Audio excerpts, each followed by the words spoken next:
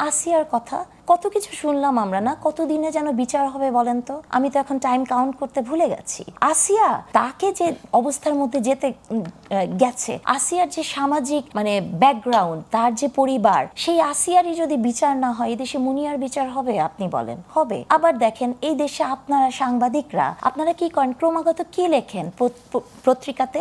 লেখেন যে শ্লীলতাহানি। আপনি চিন্তা করে দেখেন তো, যে মেয়েটি ধর্ষিত হয়েছে তার কেন শ্লীলতাহানি হবে? শ্লীলতাহানি তো হবে সেই লোকের যে ধর্ষণ করেছে। কিন্তু প্রতিনিয়ত সাংবাদিকরা, আমি অনেক বড় বড় নেতাদেরকেও দেখি, এই যে শব্দের ব্যবহারের প্রতি মানুষের কিন্তু শব্দ কিন্তু ইনডিরেক্টলি আপনার ভেতরে এক ধরনের ইনফ্লুয়েন্স ক্রিয়েট করে না? এই যে যেমন ধরেন একটা মহিলা, আমরা এই শব্দটা কত সুন্দর করে ব্যবহার করি, কিন্তু এটার যদি ব্যুৎপত্তিগত অর্থ আপনি দেখেন, যে মহলের ভেতরে যে অন্তরীণ থাকবে, অসূর্য স্পর্শা, মানে মিনিংটাই কত খারাপ জায়গা থেকে এসছে। কিন্তু সেটার মধ্যে আপনি আমার ভদ্র লাগাচ্ছেন। সংস্কার কমিশনের যে রিপোর্ট দিল দুদিন আগে, তারা কিন্তু বলেছে যে নারী শব্দটি ব্যবহার করতে মহিলার বদলে, এমনকি শ্রম বিষয়ক সংস্কার কমিশনও এই নারীদের এই অবস্থানের কথা বলেছে। আপনি দেখেন যে এই যে শব্দগুলো আপনার কাছে মনে হতে পারে এটা একটা শব্দ, কিন্তু শব্দ দিয়ে কিন্তু মানে আমি মনে করি ধর্ষণ যেমন শরীর দিয়ে হয়, ধর্ষণ ভার্বালিও হয়, মুখ দিয়ে হয়, চোখ দিয়ে হয়।